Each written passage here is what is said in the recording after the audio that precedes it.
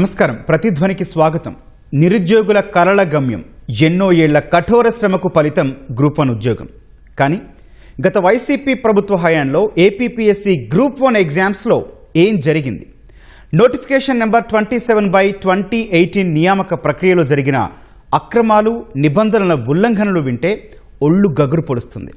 కంచే చేను మేసిన చందంగా స్వయంగా వ్యవస్థలోని పెద్దలే అర్హులైన అభ్యర్థుల గొంతు కోశారా? నిబంధనలు తుంగలో తొక్కి కీలకమైన ప్రక్రియలను ప్రైవేటు శక్తుల పరం చేసి మార్కులను ఇష్టారాజ్యంగా తారుమారు చేసిన తీరును ప్రత్యేక దర్యాప్తు బృందం సమర్పించిన తుది నివేదిక ఆధారాలతో సహా బట్టబయలు చేసింది. ఎన్నడూ లేని రీతిలో 3 సార్లు రీవాల్యుయేషన్తో నచ్చిన వారికి కొలువులు కట్టబెట్టారని సవివరంగా ఏకరవు పెట్టింది. అసలు గ్రూప్ 1 పరీక్షల్లో ఏం జరిగింది? నిబంధనలు ఏం చెబుతున్నాయి? తప్పులు ఎక్కడ జరిగాయి? నష్టపోయింది ఎవరు? బాధ్యులపై చర్యలు ఎలా? ఇదే అంశంపై నేటి ప్రతిధ్వని. ఈరోజు చర్చలో పాల్గొంటున్న వారు టి శివశంకర్ గారు, విశ్రాంత గ్రూప్ 1 అధికారి, MSME develop corporation chairman, Mangalagiri నుంచి. నమస్తే అండి శివశంకర్ గారు. రైట్. వేపాడ చిరంజీవిరావు గారు, ఉత్తరాంధ్ర పట్టభద్రుల ఎమ్మెల్సీ, గ్రూప్స్ కోచింగ్ నిపుణులు, విశాఖపట్నం నుంచి. నమస్తే అండి చిరంజీవిరావు గారు. నమస్తే అండి. రైట్. శివశంకర్ గారు, గత వైసీపీ ప్రభుత్వం నిర్వహించిన గ్రూప్ 1 అక్రమాలపై సిట్ నివేదిక ప్రస్తుతం సంచలనంగా మారింది. అయితే నిబంధనలు ఏం చెబుతున్నాయి? అసలు అప్పుడు ఏం జరిగింది?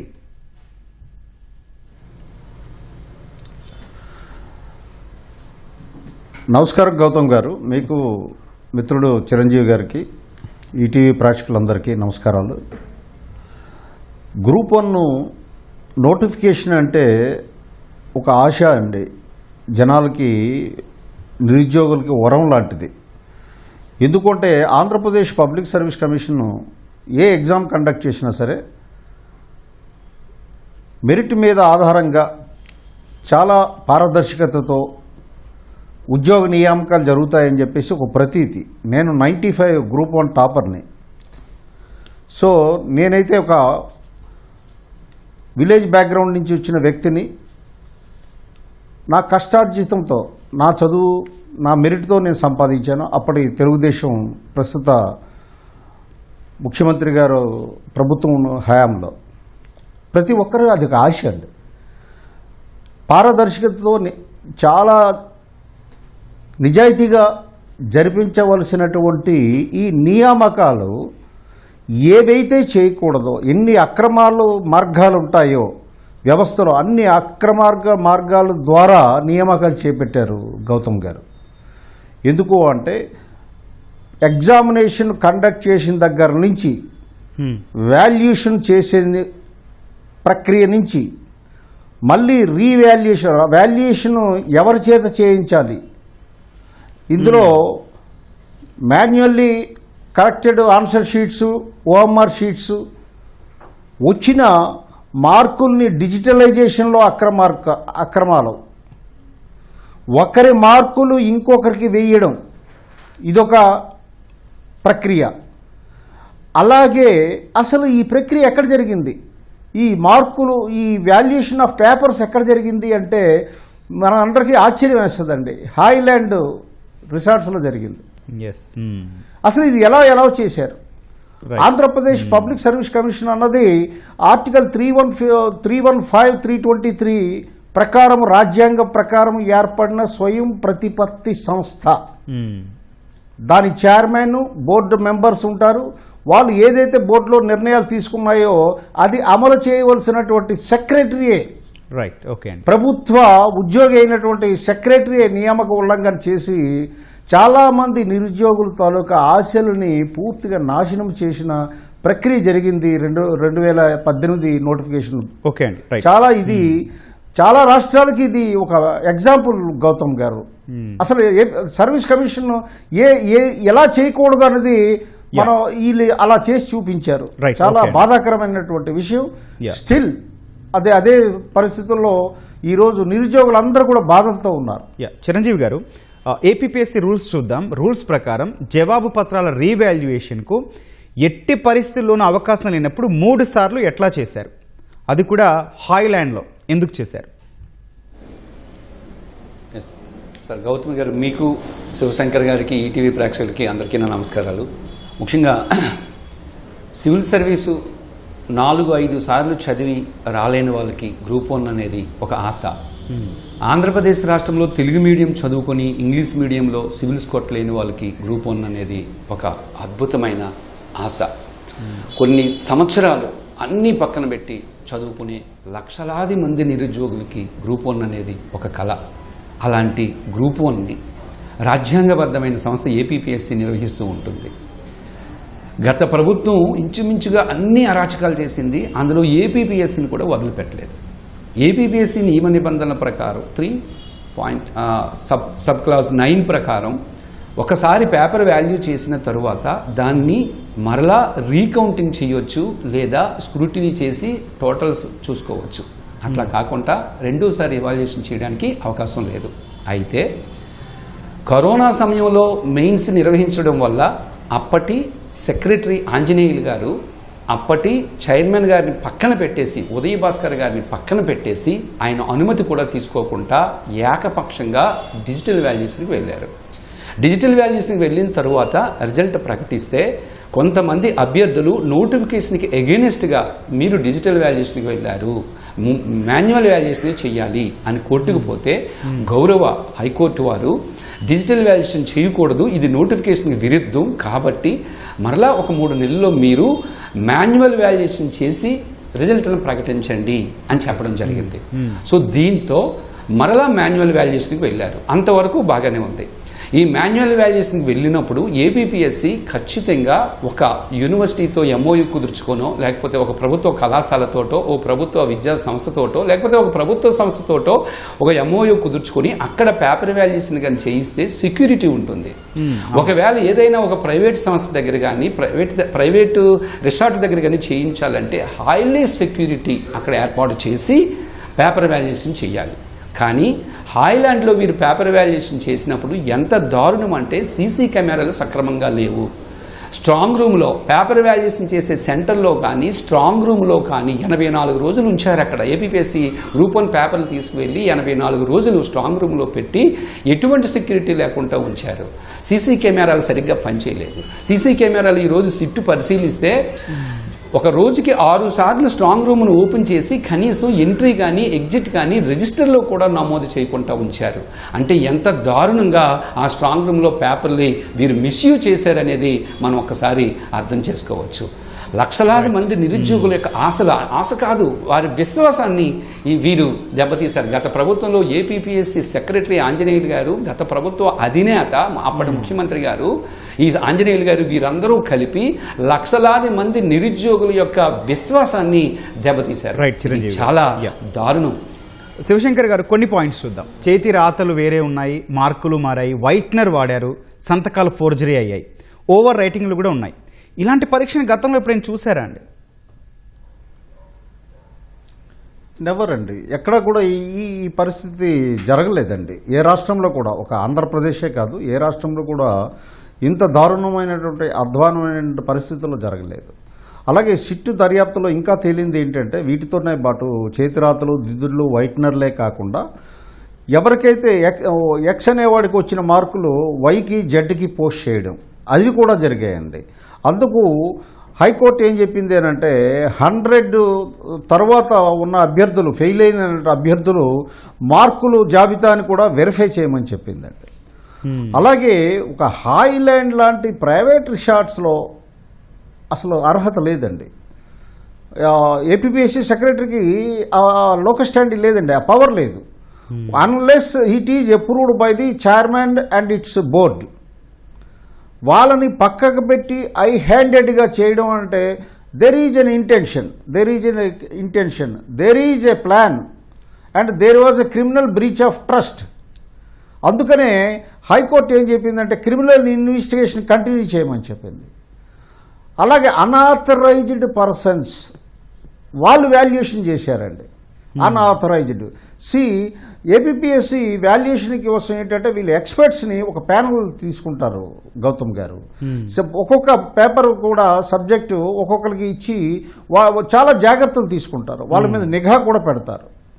సో ఎవరికి పంపించారు, కరెస్పాండెన్స్ అంతా కూడా కాన్ఫిడెన్షియాలిటీ మెయింటైన్ చేయాలి.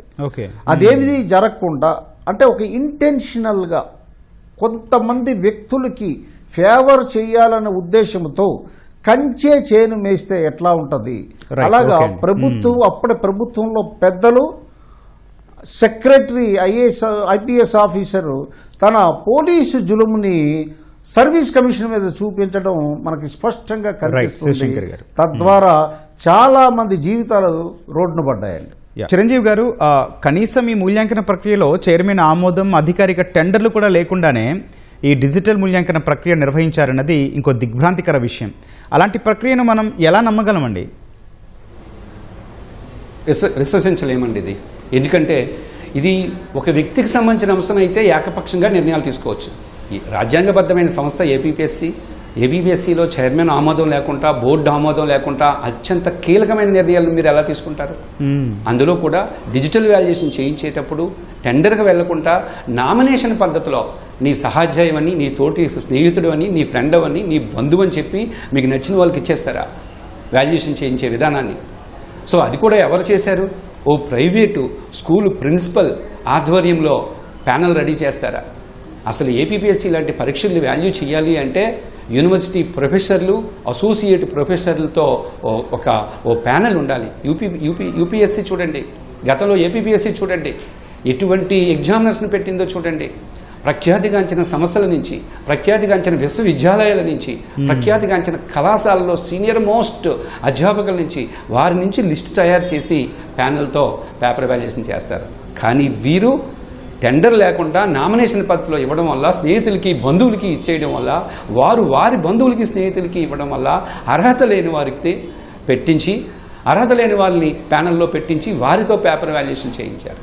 ఆ లిస్టులో కూడా కొంతమంది అర్హులు పేర్లు పెట్టి వాస్తవంగా వాల్యూ చేసిన వాళ్ళైతే ప్యానెల్ లిస్టులో లేని వారితో వాల్యూ చేయించారు. ప్యానెల్ లిస్టులో లేని వారితో వాల్యూ చేయించారు. కానీ జవాబుదారీతనం అనేది ఒకటి ఉంటుంది కదండి. ప్యానెల్ లిస్టులో మా పేర్లు జవాబుదారీతనం అసలు పూర్తిగా గంగలో తొక్కివేయబడింది.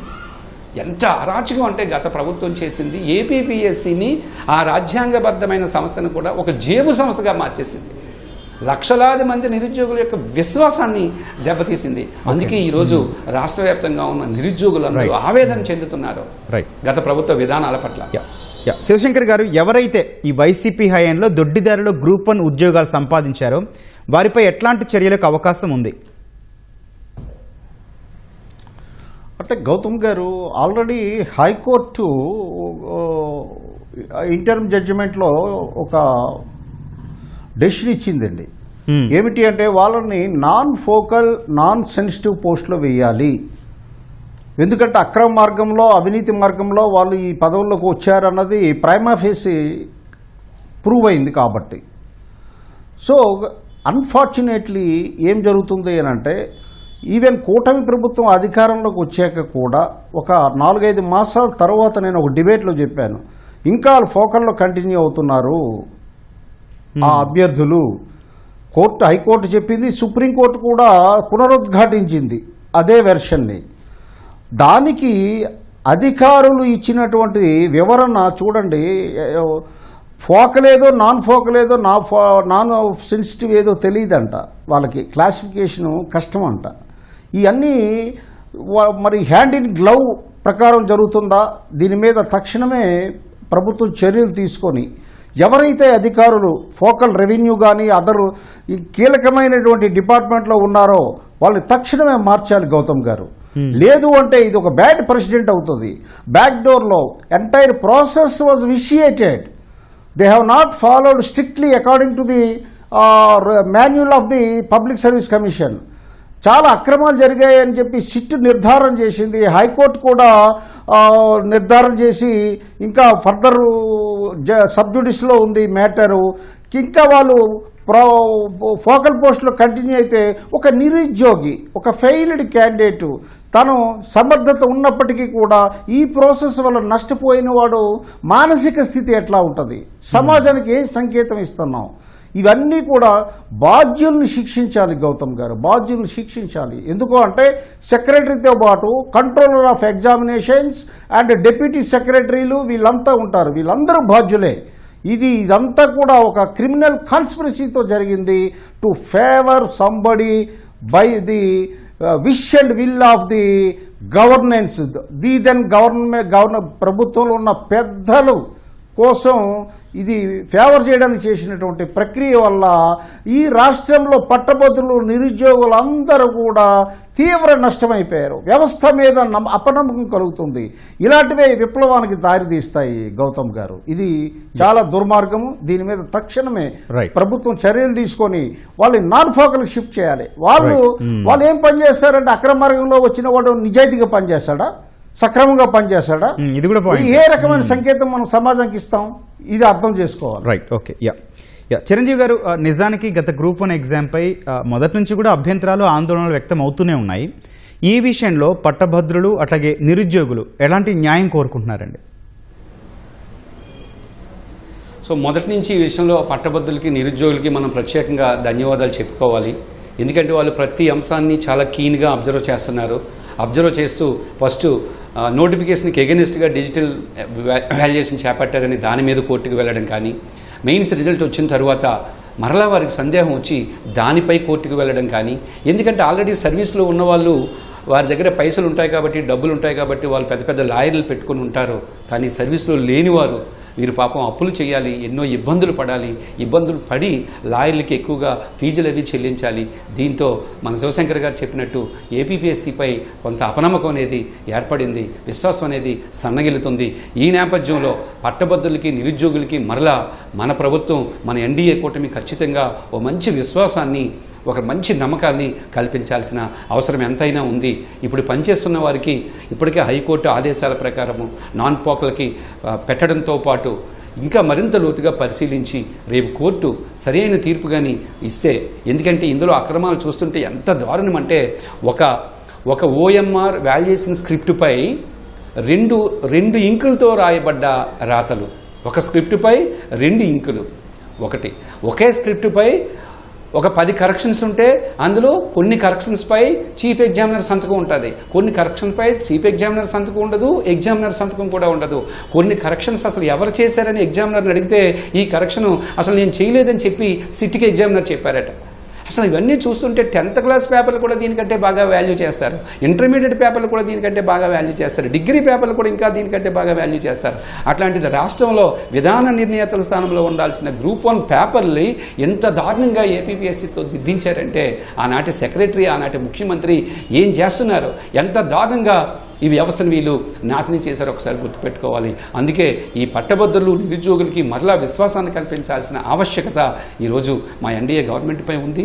అయితే ఇది సబ్జుడిస్ కిందకు వస్తుంది కాబట్టి ఈ సిట్ నివేదికను మరింత లోతుగా పరిశీలించి గౌరవ హైకోర్టు వారు సరైన నిర్ణయంగా తీసుకుంటే, ఎందుకంటే ఇప్పటికే ఏకసభ్య సింగిల్ బెంచ్ వారు ఆల్రెడీ తీర్పు ఇచ్చారు, మొత్తం ఇందులో అవకతవకలు జరిగాయి, మరలా కొత్తగా మెయిన్స్ పెట్టండి అని తీర్పు ఇచ్చేశారు. దీని మీద మరలా ఉద్యోగం చేస్తున్న వాళ్ళు హైకోర్టుకు పోయారు. దీంతో ఇది అలా కంటిన్యూగా ఒక ప్రశ్నలా మారిపోయింది.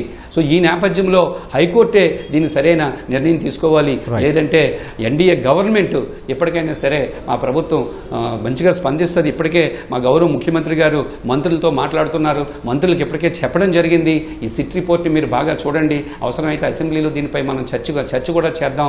గత ప్రభుత్వం ఎంత దుర్మార్గంతో నిరుద్యోగులతో ఎట్లా ఆడుకుంది అనే విషయాన్ని ఇప్పటికే సీఎం గారు చెప్పడం జరిగింది. కాబట్టి ఫస్ట్ ఆఫ్ ఆల్ నిరుద్యోగులకి ఓ నమ్మకాన్ని కల్పించాలి, ఏపీఎస్సీ బాగా పనిచేయాలి అని. శివశంకర్ గారు, సిట్ నివేదికలో పేర్కొన్న అంశాలు నిజమని తేలితే ఈ వ్యవహారంలో బాధ్యులుగా ఉన్న అధికారులపై, అప్పటి నిర్ణయాధికారులపై ఎలాంటి చర్యలు తీసుకోవాలంటారు మీరు?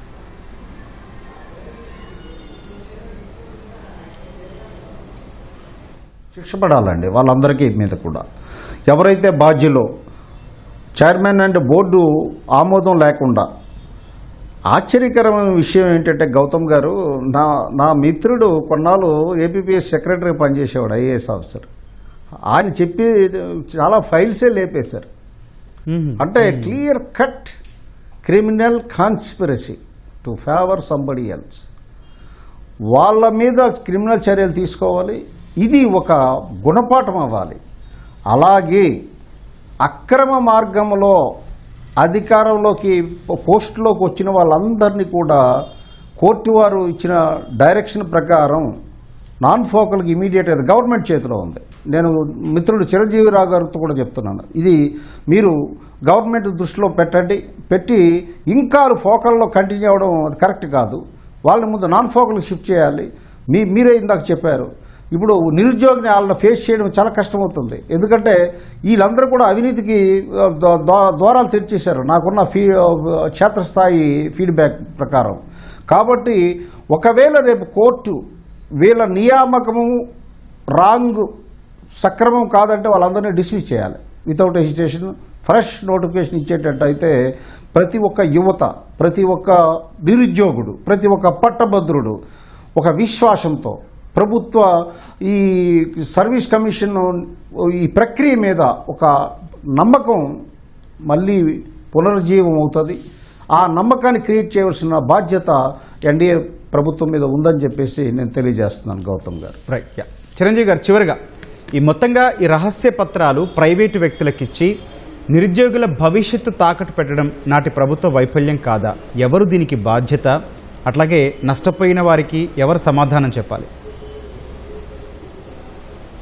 ఎస్, ఖచ్చితంగా ప్రభుత్వ వైఫల్యమే, అప్పటి ప్రభుత్వ వైఫల్యం అని మనం చెప్పాలి. ఎందుకంటే ప్రిలిమ్స్ ఎగ్జామ్స్ కానీ, మెయిన్స్ ఎగ్జామ్స్ కానీ, 3 సార్లు వ్యాల్యాంకనం కానీ గత వైసీపీ ప్రభుత్వంలోనే మొత్తం వ్యాల్యాంకనాలు జరిగాయి, మొత్తం మూల్యాంకనాలు అన్నీ జరిగాయి. ఎంత దారుణం అంటే ఒక ఓఎంఆర్ స్క్రిప్ట్పై 2 చేతి రాతలు, అసలు వింటుంటే భయం వేస్తుంది. ఒక పేపర్లో 2 ఇంకులు వచ్చాయంటే పోనీ ఏదో రీజన్ చెప్పొచ్చు, ఓ పెన్ అయిపోతే ఇంకో పెన్ తీసుకున్నాం అని చెప్పి. ఒక పేపర్లో 2 చేతి రాతలేంటి, 11, 12 దిద్దుబాట్లు చేసి ఎవరి సంతకాలు కూడా లేకుండా ఉన్నాయి దానిపైన. అవి చదువుతుంటే భయం వేస్తుంది. కాబట్టి ఖచ్చితంగా గత ప్రభుత్వం దీనికి సమాధానం చెప్పాలి. ఈరోజు డిఎస్సిలో ఈరోజు డిఎస్సిలో ఎటువంటి తప్పు కూడా చేయకపోయినప్పటికీ, ఎటువంటి అవకతవకలు జరగకపోయినప్పటికీ వీళ్ళు రాజీనామా చేయండి అని చెప్పి తప్పుడు మాటలు మాట్లాడుతున్నారు. మరి గ్రూప్ 1 వాల్యుయేషన్లో చూస్తే దారుణాతి దారుణంగా భారతదేశం మొత్తం ముక్కు మీద వేలేసుకునేటట్టుగా, యూపీఎస్సీ సిగ్గుపడేటట్టుగా, అసలు ఇది విన్న ప్రతి వ్యక్తి కూడా ముక్కు మీద వేలేసుకుని ఆంధ్రప్రదేశ్ రాష్ట్రం పట్ల అదొకలా చూస్తాడు. ఎంత దారుణాతి దారుణమైన ముఖ్యమంత్రి అక్కడ ఉన్నాడా అని, ఎంత దారుణాతి దారుణమైన సెక్రటరీ ఏపీఎస్సీని ఆ రోజు నడిపించాడా అని చెప్పి. కాబట్టి ఖచ్చితంగా ఈ వైఫల్యాలకి అప్పటి ప్రభుత్వం బాధ్యత వహించాలి. నిజంగా నీతి ఉంటే, నిజంగా నైతికత ఉంటే అసలు రాజకీయాలు విడిచిపెట్టి వెళ్ళిపోవాలి. అంత దారుణంగా చేశారు ఆనాటి ప్రభుత్వ అధినేతలు. కాబట్టి ఖచ్చితంగా ఈ వైఫల్యానికి ఆనాటి ప్రభుత్వం ఆన్సర్ చెప్పాల్సిన అవసరం ఎంతైనా సరే ఉందని చెప్తున్నాను. ఇక నష్టపోయిన వారికి సమాధానం చెప్పాలి. ఎందుకంటే వీరు మానసిక ఆందోళన ఎంతో చూడండి. 2021 నుంచి కూడా ఫైట్ చేస్తున్నారు. ఈ రోజు 2022, 5 సంవత్సరాలు వాళ్ళు కోల్పోయిన ఆర్థిక డబ్బు ఎంత ఆర్థికంగా ఎంత నష్టపోయారు, మానసికంగా ఎంత వేదన పడ్డారు వాళ్ళు. ఖచ్చితంగా వీరు పడ్డ మానసిక వేదనకి, ఆర్థిక భారానికి ఖచ్చితంగా ఆనాటి ప్రభుత్వ పెద్దలు దీనికి సమాధానం చెప్పాలి, వారిపై చర్యలు తీసుకోవాలి, సెక్రటరీని కఠినంగా శిక్షించాల్సిన అవసరం ఉంది. ధన్యవాదాలండి శివశంకర్ గారు, అట్లాగే చిరంజీరావు గారు చర్చలో పాల్గొన్నందుకు. థ్యాంక్ యూ అండి. ఇది నేటి ప్రతిధ్వని. నమస్కారం.